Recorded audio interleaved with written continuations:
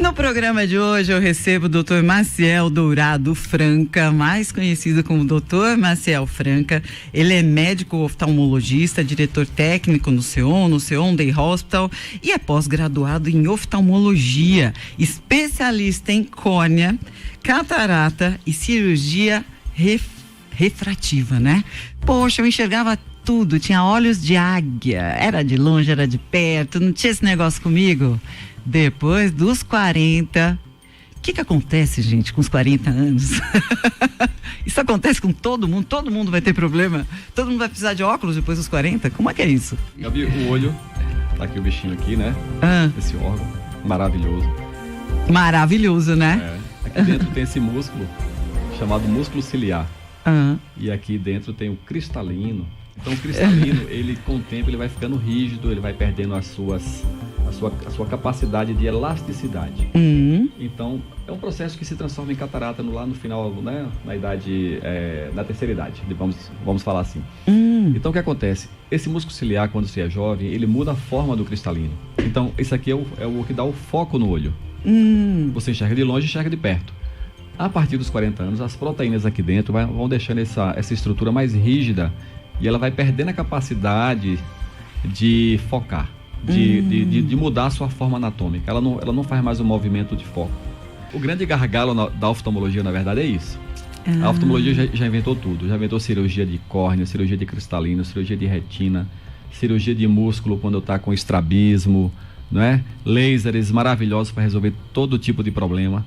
Mas esse problema que eu estou usando aqui, óculos, por enquanto, só Deus aí tem essa informação. Porque nós homens aqui na Terra ainda não conseguimos fazer uma cirurgia para deixar completamente... Existe até cirurgia refrativa que ameniza, mas você não consegue resolver 100% o problema da presbiopia. Você falou de catarata, o SEON fez também aí o mutirão da catarata, e eu queria entender um pouquinho mais sobre isso, doutor. Todo mundo vai ter que operar catarata?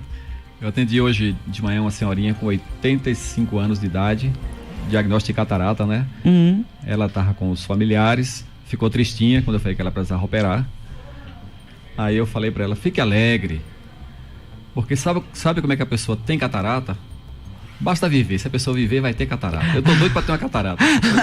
Verdade. Aí ela já ficou alegre. E é simples a cirurgia, na verdade, né? Gabi, na medicina a gente não gosta muito de utilizar o termo simples. Simples, tá. A gente gosta de dizer o seguinte, que é um procedimento tecnológico, seguro, não é? Mas foi a cirurgia que mais evoluiu de todas as cirurgias do corpo humano, foi a cirurgia que mais evoluiu nos últimos 50 anos. Então, como é que a gente faz cirurgia de catarata? A gente pinga colírio, dilata a pupila, aí nós fazemos incisões na córnea, temos acesso internamente ao olho, ao cristalino, dentro do olho, através de um aparelho específico chamado faco emulsificador, a gente vai aspirar o material que compõe o cristalino. Após isso, por essa mesma incisão de 2,7 milímetros, nós vamos introduzir uma lente intraocular. Tudo isso a gente... Moderno, hein? Tudo isso a gente faz em torno de 10 a 15 minutos. Às vezes um pouquinho mais, às vezes um pouquinho menos, dependendo do caso. E o paciente no outro dia está enxergando tudo. O que você mais pega aqui na região? Realmente o carro-chefe de um consultório de oftalmologia são os erros de refração. São a necessidade do uso de óculos, né? Tá. Miopia, hipermetropia, astigmatismo. E isso que realmente às vezes causa uma alteração da vida social da criança, do adolescente, porque muitas vezes a criança só precisa enxergar, está precisando de um óculos. E é muito comum isso? Demais, muito comum. Às vezes a criança reclama, a mãe acha que a criança está inventando por que quer usar óculos. E às vezes chega no consultório e está com 3, 4, 5 graus. Imagina. Às vezes criança com 6, 7 anos usando isso. 3, 4 graus não enxerga nem a lousa. Não enxerga nem a lousa, justamente. Tem também uma ligação de problemas oculares com diabetes, né? A gente não tinha botado isso no roteiro, mas você poderia falar um pouquinho? Essa camada laranja aqui, que reveste internamente o globo ocular, é a retina. O diabetes, ele causa uma doença no corpo inteiro, uma microangiopatia.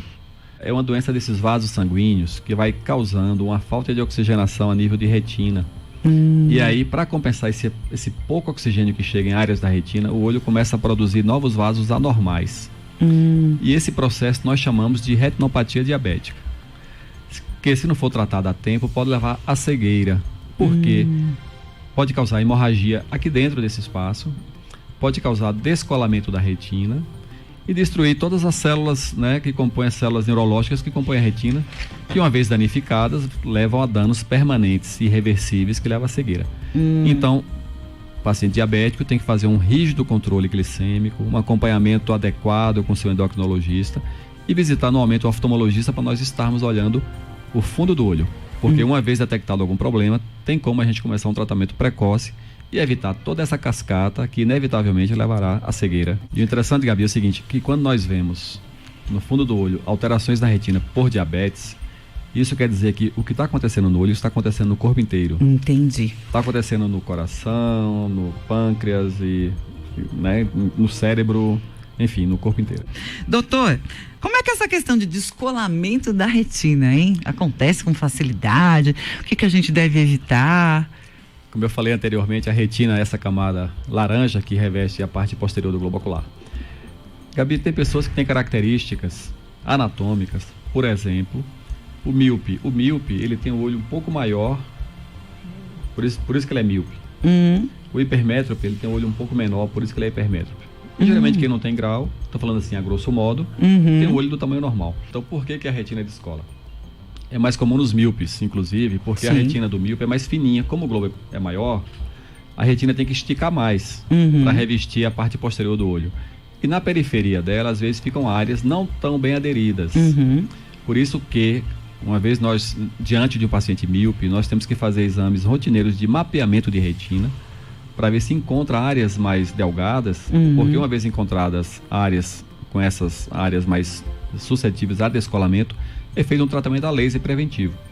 Então o míope, mais uma vez eu falo, tem que ir no oftalmologista todo ano, né? Evitar consultas por profissionais que às vezes não têm capacitação, né? Procurar sempre o oftalmologista, para estar vendo o fundo do olho, vendo a retina e inclusive se tiver alguma coisa pode evitar um descolamento de retina no futuro.